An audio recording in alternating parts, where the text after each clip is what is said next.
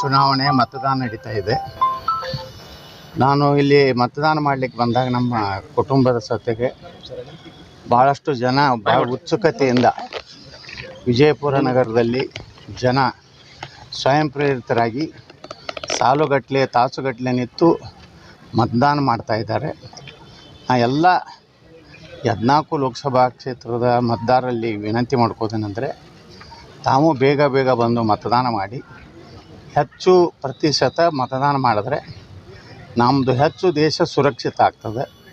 ಸುರಕ್ಷಿತ ಭಾರತ, ಸುರಕ್ಷಿತ ಸನಾತನ ಧರ್ಮ, ಸುರಕ್ಷಿತ ನನ್ನ ಮನೆ, ಈ ಮೂರೂ ವಿಚಾರ ಇಟ್ಟುಕೊಂಡು ಮತ್ತೊಮ್ಮೆ 3ನೇ ಬಾರಿಗೆ ನಮ್ಮ ದೇಶದ ಪ್ರಧಾನಿಯಾಗಿ ಶ್ರೀ ನರೇಂದ್ರ ಮೋದಿಯವ್ರನ್ನ ಆಶೀರ್ವಾದ ಮಾಡಲಿಕ್ಕೆ ತಾವೆಲ್ಲ ಯಾವುದೇ ಕೆಲಸ ಇದ್ದರೂ ಒತ್ತಡ ಇದ್ದರೂ ಬಿಟ್ಟು ದಯವಿಟ್ಟು ಪೋಲಿಂಗ್ ಬೂತಿಗೆ ಬನ್ನಿ. ನಿಮ್ಮ ಅಮೂಲ್ಯವಾದಂಥ ಮತವನ್ನು ಹಾಕೋದ್ರ ಮೂಲಕ ನಮ್ಮ ದೇಶವನ್ನು, ನಮ್ಮ ಸನಾತನ ಧರ್ಮವನ್ನು, ನಮ್ಮ ಮನೆಯನ್ನು ಉಳಿಸೋಲಿಕ್ಕೆ ತಾವೆಲ್ಲ ಇದೊಂದು ಅಮೂಲ್ಯ ಅವಕಾಶ. ಮತ ಹಾಕ್ಬೇಕಂತೇಳಿ ಕಳಕಳಿಯಿಂದ ಎಲ್ಲರಲ್ಲಿ ಪ್ರಾರ್ಥನೆ. ಬಿಸಿಲು ಏರ್ತಾ ಇದೆ, ಮತದಾರರಲ್ಲಿ ಏನು ಮನವಿ ಮಾಡ್ಕೊಡ್ತೀವಿ? ಅದೇ ಈಗ ಬೇಗನೆ ನಮ್ಮ ಜನ ಈಗ ವಿಜಯಪುರ ನಗರದಲ್ಲಿ ಅಂತರೂ ಬೆಳಗ್ಗೆಯಿಂದಲೇ ಸುಮಾರು 6:30ದಿಂದಲೇ ಮತದಾನ 6:30ಗೆ ಬಂದು ಈ ಬೂತ್ ಮುಂದೆ ನಿಂತಿದ್ದಾರೆ. ಇದೇ ಮಾದರಿಯಲ್ಲಿ ನಾವು ಮತದಾನ ಮಾಡಿದ್ರೆ ನಿಶ್ಚಿತವಾಗಿಯೂ 10-11 ಗಂಟೆವರೆಗೆ 60% ಮತದಾನ ಆಗ್ಬೋದು.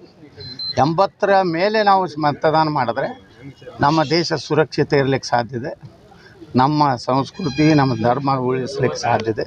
ಅದಕ್ಕೆ ಮತದಾರರಲ್ಲಿ ನಾನು ಎಲ್ಲರಿಗೂ ವಿನಂತಿ ಮಾಡ್ಕೊತೀನಿ, ದಯವಿಟ್ಟು ಯಾವ ಬಿಸಿಲನ್ನು ಲೆಕ್ಕಿಸದೆ ಸಾಯಂಕಾಲ 6 ಗಂಟೆ ಒಳಗಾಗಿ ಏನೊಂದು ಬಾರ್ಡರ್ ಫಿಕ್ಸ್ ಮಾಡಿರ್ತಾರೆ ಸುಣ್ಣದ ಗೆರೆ, ಅದರೊಳಗೆ ಬಂದು ನಿಂತರೆ ರಾತ್ರಿ 10 ಆದ್ರೂ ಮತದಾನಕ್ಕೆ ಮಾಡಲಿಕ್ಕೆ ಅವಕಾಶ ಇದೆ.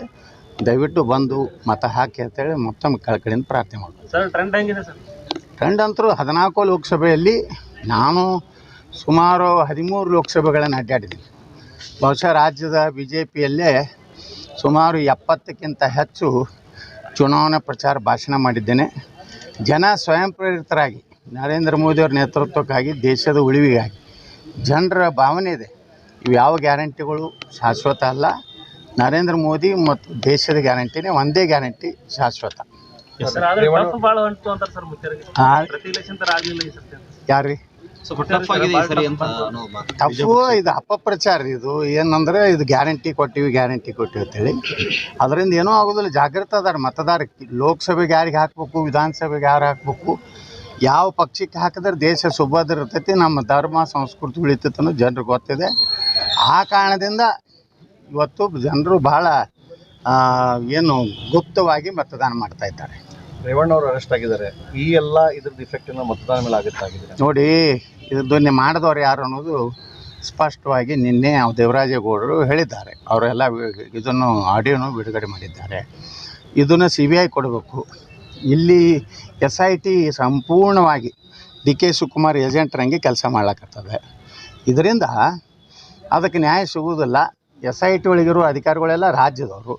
ಅವರೆಲ್ಲ ಏನು DK ಶಿವಕುಮಾರ್ ಒಂದು ಕಂಟ್ರೋಲ್ದಾಗಿರೋದ್ರಿಂದ ಮತ್ತು ನೇರವಾಗಿಯೇ ಹೇಳ್ತಾರೆ DK ಶಿವಕುಮಾರ್ ಹೆಸರಲ್ಲಿ ತೆಗಿಬೇಕಂತ ಹೇಳಿದ ಮ್ಯಾಗೆ ಇದು ನಿಶ್ಚಿತವಾಗಿಯೂ ಈ SITನಿಂದ ನಮಗೆ ನ್ಯಾಯ ಸಿಗ್ಲಿಕ್ಕೆ ಸಾಧ್ಯ ಇಲ್ಲ.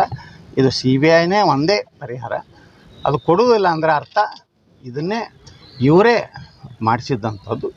ನಾನು ಮೊದಲೇ ಹೇಳಿದ್ದೆ, ಈ ಫ್ಯಾಕ್ಟ್ರಿನೇ ಈಗ ಒಂದು ಓಪನ್ ಆಗಿದೆ, ಇನ್ನೊಂದು ಓಪನ್ ಕೆಲವೊಂದು ದಿವಸನಾಗ ಆಗ್ತದೆ. ಚುನಾವಣೆಯಲ್ಲಿ ಪರಿಣಾಮ ಸರ್ ಇದು? ಚುನಾವಣೆ ಮೇಲೆ ಪರಿಣಾಮ ಸರ್ ಅಂದರೆ ಈ ನೋಡ್ರಿ, ಇದು BJP 14 ನಮ್ಮ ಲೋಕಸಭೆ BJP ಅದಾವು. ಅಲ್ಲೇನು JDSನವ್ರು ಯಾವೂ ಇಲ್ಲ. ನಮ್ಮ ಮೇಲೆ ಏನು ಪರಿಣಾಮ ಆಗೋ ಪ್ರಶ್ನೆ ಇಲ್ಲ. ಯಾಕಂದ್ರೆ 2019ರಾಗ ಕಾಂಗ್ರೆಸ್ BJPಯವ್ರು ಇದು ಕಾಂಗ್ರೆಸ್ಸು JDSನವ್ರು ಕೂಡಿ ಮಾಡಿದಂಥವ್ರು ಅವ್ರು ಅದಾರ. ಅವರು ಏನು ಇವತ್ತು ಮೊನ್ನೆ 24 ತಾಸಿನಾಗ ಆಗಿದ್ದಲ್ಲ, ಅದು 2019ರಿಂದ ಏನಾಗಿದೆ ಅದಕ್ಕೆಲ್ಲ ಕಾಂಗ್ರೆಸ್ಸಿಗೆ ಜವಾಬ್ದಾರಿ. Yes sir.